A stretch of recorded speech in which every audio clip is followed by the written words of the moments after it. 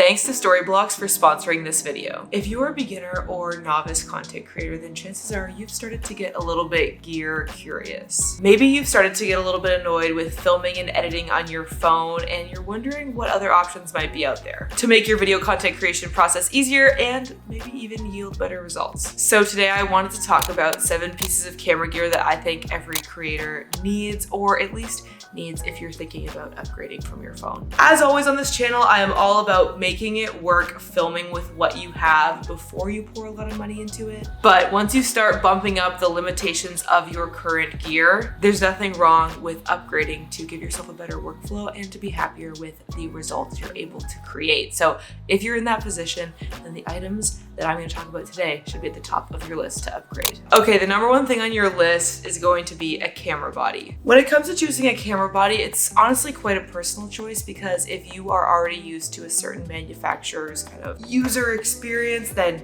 you may want to stick with that. But I think no matter what brand you go with, there's a few key features that are just super helpful to any content creator. For one, you're gonna want a flip out screen so you can actually see yourself while recording. Though, quick reminder, this is just for checking your framing and making sure your lighting is still good, because if you spend the whole video looking like this, it's gonna be annoying to watch. So look into the lens. Also, you're gonna wanna look for a camera that has 4K video, ideally up to 60 frames per second, or at least 1080p at 60 frames per second, because it's gonna allow you to have high quality video and slow motion. Another aspect you might want to consider is battery life, particularly if you are planning to vlog and go out into the world with your camera and you don't want to have to stop to charge a battery. So I'm currently shooting this video with the Sony ZV-E10, which ticks a lot of these boxes. It has a flip out screen, of course. It does shoot up to 4K, but only at 30 frames per second. And the battery life is all right. I'm actually kind of looking at upgrading to the Sony a6700. I actually used to have the a6600 before I switched to the ZV-E10. And the a6700 is a more powerful camera. It does 4K at higher frame rates. But the biggest distinguishing factor for me is that it actually has a viewfinder, which the ZV-E10 does not. And if you are planning to shoot out in bright sunlight, do any kind of on location or travel vlogger stuff, I think you're gonna want a viewfinder, because trust me, it's so freaking annoying to try to film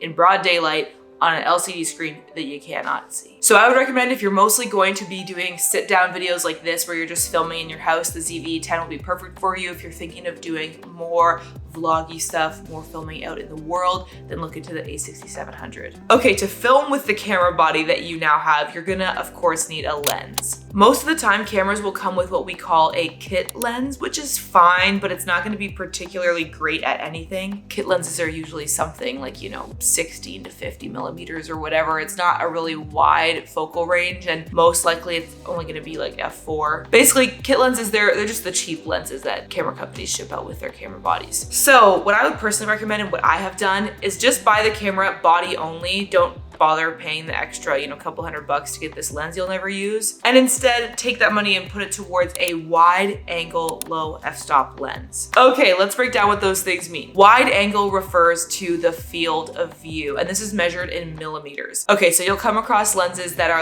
11 millimeters, 16 millimeters. These are wide angle lenses. You can see a lot of the view. When you get into your telephoto lenses, 200, 300 millimeters, that's a super zoom lens. For reference, 50 millimeters is often what people say is most similar to human vision. So that's kind of your mid-range benchmark. It is important to note here that these focal length measurements are technically for full frame cameras, and the cameras I've suggested are APS-C or crop sensor cameras, which is why it is even more important that you go for a super wide angle lens. We're not gonna get too technical in this video, but just so you know, I'm shooting with a 16 millimeter lens, but what that actually ends up looking like is closer to 26 millimeters. If all of this feels like a lot of math to you, don't worry. The only takeaway you need is that if you're gonna shoot with one of the cameras that I've suggested, you're probably gonna want to look for a lens that's 16 millimeters max, ideally maybe 11 millimeters. I personally like the Sigma 16 millimeter f1.4. That's what I'm shooting on right now, but I am looking at also getting Sony's 11 millimeter lens. Especially if you're gonna vlog and you're gonna try to hold the camera while you're talking, you're gonna want something really wide angle, so it's not just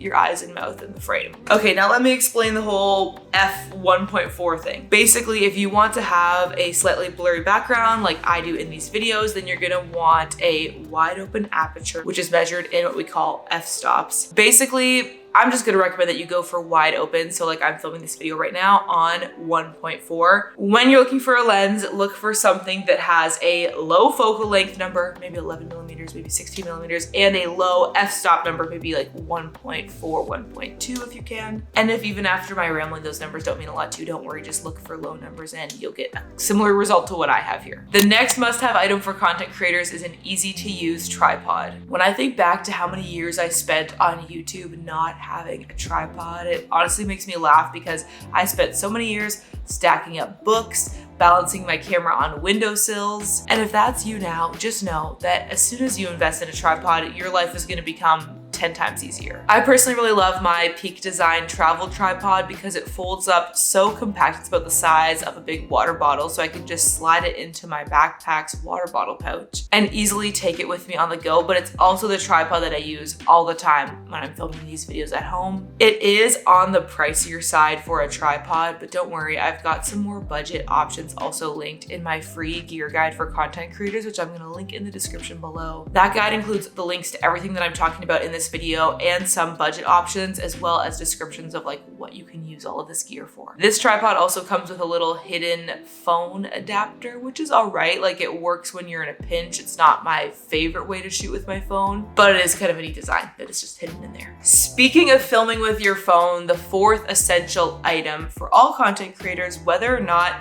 you plan to shoot with a camera, your phone, it's a phone adapter for your tripod. I primarily film with my cameras. However, I love having this option to just quickly set my phone up and grab some vertical B-roll of whatever I'm doing so I can include it in reels in the future. And like I was saying, that Peak Design phone adapter, like it's okay. It's a little flimsy. I like this just basic plastic one from Amazon. It was like 13 bucks and you can attach it to any tripod. I normally just keep it attached to this GorillaPod here sitting around the house so I can easily like set this up wherever to film on my phone, but I can also very easily take this off and then just put it on any regular tripod. I recommend having this in your kit so that, you know, even if you primarily shoot with your camera, you can quickly set up your phone to get a little bit of behind the scenes if you want. Now, whether you shoot with your phone or your camera, there's gonna be some moments where you just can't quite capture the visuals that you want to for your video. And that's where the sponsor of today's video, Storyblocks, really comes in handy. I myself have been a happy paying customer of Storyblocks for over 5 years now, and it's truly an essential part of my video editing process. They've got stock footage, animation templates, sound effects, background music, which I personally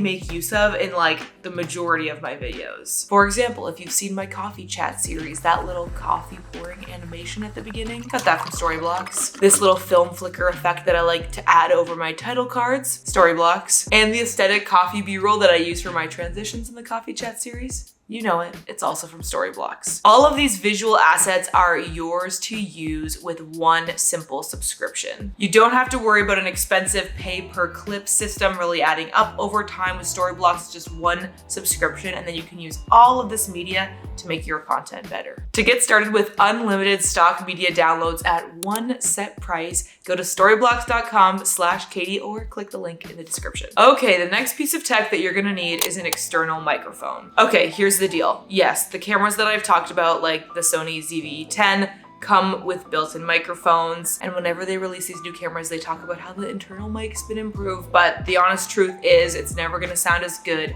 as a dedicated external microphone. This is what the external microphone plugged into the Sony ZV-E10 sounds like. I'm using the Rode Video Micro, and here's what it sounds like just using the internal microphone on the Sony ZV-E10.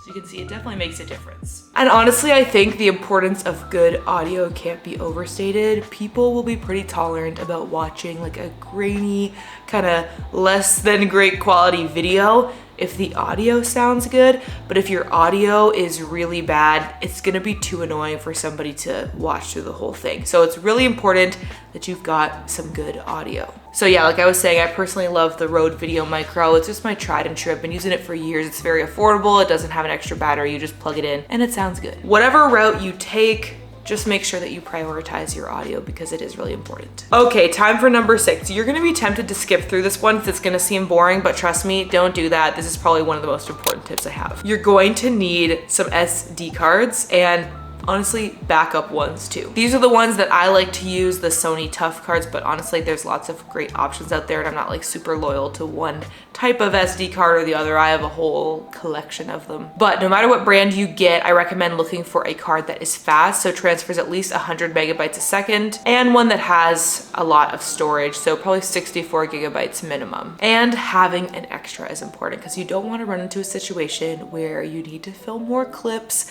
but your card is full and you either have to stop everything and like sort through the files on your SD card and get them on your laptop, or maybe you're out traveling and you don't even have your laptop to take files off of your card, and then you're just totally stuck. So have some extra backup SD cards. And also, I really want to encourage you to try to have a good routine around file organization. Like after you finish filming, get all those files off your SD card onto your laptop, backed up if necessary, and then you can just format the card right away. If the idea of organizing all of your footage and editing all of your footage feels really overwhelming to you, then I did just want to let you know that over at Creatorly Media, which is my content creation agency, we've got a few openings right now for YouTube editing clients and Instagram strategy and content creation clients. So if you want help with any of your content creation needs, you can check out Creatorly Media, linked in the description. But whether you're editing for yourself or you're getting help, it's just really important that you have those extra SD cards so when you're filming, you don't run into trouble. And the last essential piece of gear for content creators is an LED light panel. I'm personally using Aputure's AL-F7, I believe, but it's no longer being manufactured. However, Aputure has a lot of similar options that are just as good or better, which I have linked in the gear guide. But I really love Aputure's light panel products because you can adjust not only the brightness of the light, but also the color temperature, so you can make it match your natural light. I'll be honest, today is not a great example of lighting for me because it is like super dark and stormy out today, but normally I've got lots of natural light coming in from my windows over here,